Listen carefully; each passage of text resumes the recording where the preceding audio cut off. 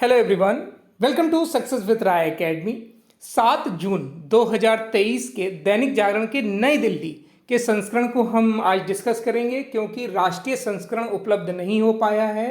तो आज हम नई दिल्ली का संस्करण डिस्कस करेंगे और मान के चलिए इस जो आज का न्यूज़पेपर है इसमें बहुत कम न्यूज़ हैं, क्योंकि जो राष्ट्रीय संस्करण होता है वो पूरे देश की सेलेक्टेड न्यूज़ों का होता है और जो राज्य का न्यूज़पेपर होता है उसमें काफ़ी कुछ राज्य के समाचार होते हैं। तो आज का जो वीडियो है वो भी छोटा होगा। तो चलिए वीडियो को स्टार्ट करते हैं और सबसे पहले हम प्रमुख पेज पर आते हैं और इसमें जो कोरोमंडल रेल दुर्घटना हुई थी उसमें कुछ कमियां नज़र आ रही हैं, यानी कि कुछ छेड़छाड़ की गई थी, उसको ही यहाँ पर सबसे प्रमुखता से प्रकाशित किया गया है। तो ओडिशा के बालेश्वर में 2 जून को हुई भीषण रेल दुर्घटना की जांच शुरू करते हुए सीबीआई ने मंगलवार दोपहर नई एफआईआर दर्ज की है। संयुक्त निदेशक यानी कि स्पेशल क्राइम विप्लव कुमार चौधरी की अगुवाई वाली 6 सदस्यीय सीबीआई टीम के साथ रेलवे अधिकारी भी दुर्घटनाग्रस्त बहानगा बाजार रेलवे स्टेशन पहुंचे और पड़ताल आरंभ कर दी है। खुर्दा के मंडल रेल प्रबंधक रिंकेश राय ने इलेक्ट्रॉनिक इंटरलॉकिंग सिग्नल प्रणाली के साथ छेड़छाड़ की बात सोमवार को स्पष्ट तौर पर कही थी। राय ने कहा कि यदि प्रणाली से कोई फिजिकल टैपरिंग नहीं करेगा तो सिग्नल में गड़बड़ी नहीं आएगी। नेक्स्ट न्यूज़ पर आते हैं। भारत में जीवंत लोकतंत्र देखना है तो दिल्ली जाकर देखें। अमेरिका के एक बयान ने प्रधानमंत्री नरेंद्र मोदी के विरोध की कोशिशों को जो हवा दे रही थी उसे ठंडा कर दिया है। प्रधानमंत्री मोदी की आधिकारिक अमेरिका यात्रा से पहले व्हाइट हाउस ने भारत में स्वस्थ लोकतंत्र पर चिंताओं को सिरे से खारिज कर दिया है और कहा है कि भारत में जीवंत लोकतंत्र है, किसी को देखना है तो वह नई दिल्ली जाकर स्वयं देख सकता है। अमेरिकी राष्ट्रीय सुरक्षा परिषद में सामरिक संचार के समन्वयक जॉन किर्बी ने पाकिस्तान मूल की महिला पत्रकार आसमा खालिद द्वारा भारत में लोकतंत्र पर सवाल उठाए जाने पर भारत की लोकतांत्रिक व्यवस्था की जमकर प्रशंसा की। कांग्रेस नेता राहुल गांधी की ओर से अमेरिकी यात्रा के दौरान भी भारत में लोकतंत्र को लेकर सवाल उठाए जाने को देखते हुए किर्बी का यह बयान काफी अहम माना जा रहा है। इन सब आरोपों को धराशायी करते हुए किर्बी ने भारत के प्रति अमेरिका के रवैये को एकदम स्पष्ट कर दिया है। उन्होंने कहा कि हम दोनों दोस्ती के जो नए आयाम गढ़ने वाले हैं, आप उसको देखते जाइए। नेक्स्ट न्यूज़ पर आते हैं। नेक्स्ट न्यूज़ है कि जिस स्कूल में पढ़े थे प्रधानमंत्री मोदी वहां बनेगा प्रेरणा केंद्र। गुजरात के वड़नगर में जिस स्कूल में प्रधानमंत्री नरेंद्र मोदी ने अपनी प्रारंभिक शिक्षा हासिल की थी वह बच्चों के लिए प्रेरणा का केंद्र होगा। प्रेरणा परियोजना के तहत इस स्कूल को पुनर्विकसित किया जा रहा है। केंद्र सरकार देश के प्रत्येक 750 जिले से 2-2 छात्रों को इस प्राथमिक विद्यालय में स्टडी टूर के लिए ले जाने की योजना बना रही है। स्टडी टूर के दौरान छात्रों को अत्याधुनिक तकनीक और उपकरणों के माध्यम से भारत के शौर्य और भारत के सपूतों के बारे में बताया जाएगा। छात्रों को परमवीर चक्र से सम्मानित मातृभूमि के बहादुर सैनिकों की कहानी सुनाई जाएगी और दिखाई जाएगी। जवाहरलाल नेहरू, अटल बिहारी वाजपेयी, इंदिरा गांधी समेत पूर्व प्रधानमंत्रियों के भाषण की रिकॉर्डिंग सुनाई जाएगी। छात्रों को वड़नगर स्कूल में लाने के लिए चयन प्रक्रिया पर अभी काम किया जा रहा है। स्टडी टूर इस साल अक्टूबर में शुरू होने की संभावना है। छात्रों के आने जाने और रहने का खर्च संस्कृति मंत्रालय के माध्यम से भारत सरकार द्वारा वहन किया जाएगा। नेक्स्ट न्यूज़ पर आते हैं।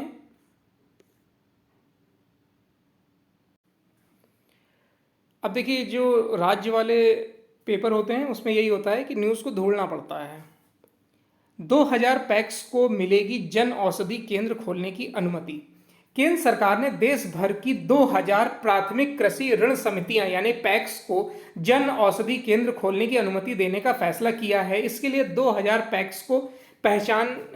पैक्सों की पहचान की जाएगी। इनमें से 1000 पैक्स को इसी वर्ष अगस्त तक और शेष 1000 को दिसंबर तक जन औषधि केंद्र खोलने की अनुमति मिल जाएगी। ब्रांडेड दवाओं की तुलना में जन औषधि केंद्रों पर 50 से 90% तक कम कीमत पर दवाएं मिलती हैं। केंद्रीय गृह एवं सहकारिता मंत्री अमित शाह की नई दिल्ली में मंगलवार को रसायन एवं उर्वरक मंत्री मनसुख मांडविया के साथ हुई बैठक में यह निर्णय लिया गया है। इस निर्णय से खास तौर से ग्रामीण क्षेत्रों में रहने वाले लोगों को ज़्यादा फायदा मिलेगा। देश भर में अब तक 9,400 से अधिक प्रधानमंत्री भारतीय जन औषधि केंद्र खोले जा चुके हैं। यहाँ पर 1800 तरह की दवाएं एवं 285 अन्य मेडिकल उपकरण मिलते हैं। जन औषधि केंद्र खोलने के लिए आवेदकों को मानदंड के तहत व्यक्तिगत पात्रता डी फार्मा या बी फार्मा होना चाहिए। नेक्स्ट न्यूज़ है बिजनेस पेज से।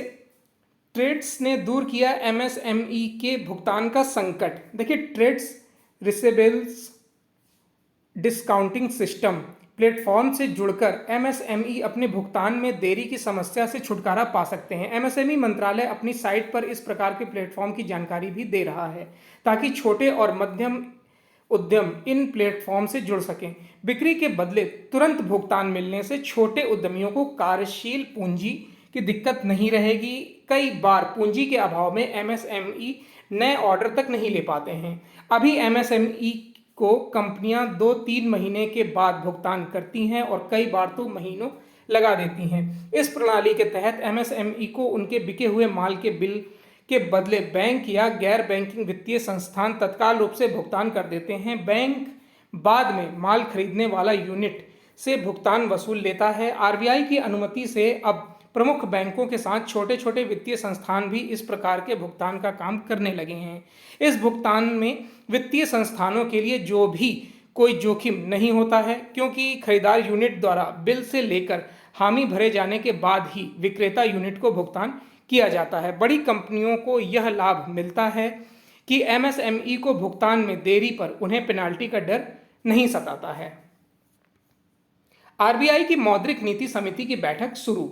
आरबीआई की मौद्रिक नीति समिति की बैठक मंगलवार को यहां शुरू हो गई। मौद्रिक नीति समिति की द्विमासिक बैठक ऐसे समय हो रही है जब विशेषज्ञों का अनुमान है कि खुदरा मुद्रास्फीति के मोर्चे पर राहत मिलने के बाद केंद्रीय बैंक आर्थिक वृद्धि को बढ़ावा देने के लिए रेपो रेट को 6.5% पर बनाए रखेगा।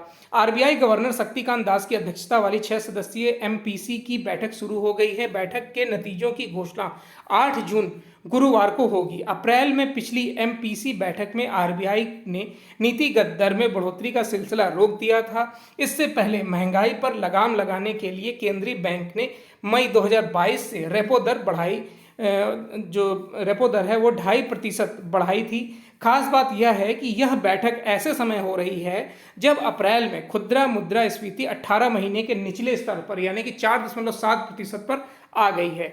आरबीआई गवर्नर ने हाल ही में इस बात के संकेत दिए थे कि मई में खुदरा मुद्रास्फीति अप्रैल से कम रह सकती है। वैश्विक अर्थव्यवस्था की वृद्धि दर घटकर 2.1% रहेगी। विश्व बैंक ने इस साल वैश्विक अर्थव्यवस्था को वृद्धि दर में बड़ी गिरावट आने की आशंका जताते हुए कहा है कि ऊंची ब्याज दरों, रूस यूक्रेन युद्ध के दुष्प्रभावों और कोरोना महामारी के लंबित प्रभावों का असर बना हुआ है। विश्व बैंक ने अपने नवीनतम ग्लोबल आउटलुक में कहा है कि वर्ष 2023 में वैश्विक अर्थव्यवस्था की वृद्धि दर 2.1% रहेगी, जबकि 2022 में यह 3.1% रही है। वर्ष 2023 के लिए नया वृद्धि अनुमान जनवरी के अनुमान से थोड़ा बेहतर है। विश्व बैंक ने जनवरी में कहा था कि वैश्विक वृद्धि दर इस साल सिर्फ 1.7% रहेगा। विश्व बैंक ने भारतीय अर्थव्यवस्था के इस साल 6.3% की दर से बढ़ने का अनुमान जताया है। वर्ष 2022 में भारत की वृद्धि दर 7.2% रही थी। विश्व बैंक ने अमेरिका के लिए वर्ष 2023 में वृद्धि दर 1.1% रहने का अनुमान जताया है।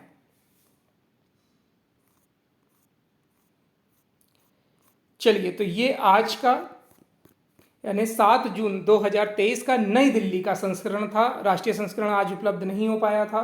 आई होप आपको वीडियो अच्छा लगा होगा, क्योंकि न्यूज़ इसमें ज़्यादा नहीं थी, इसलिए वीडियो भी छोटा है। वीडियो देखने के लिए धन्यवाद।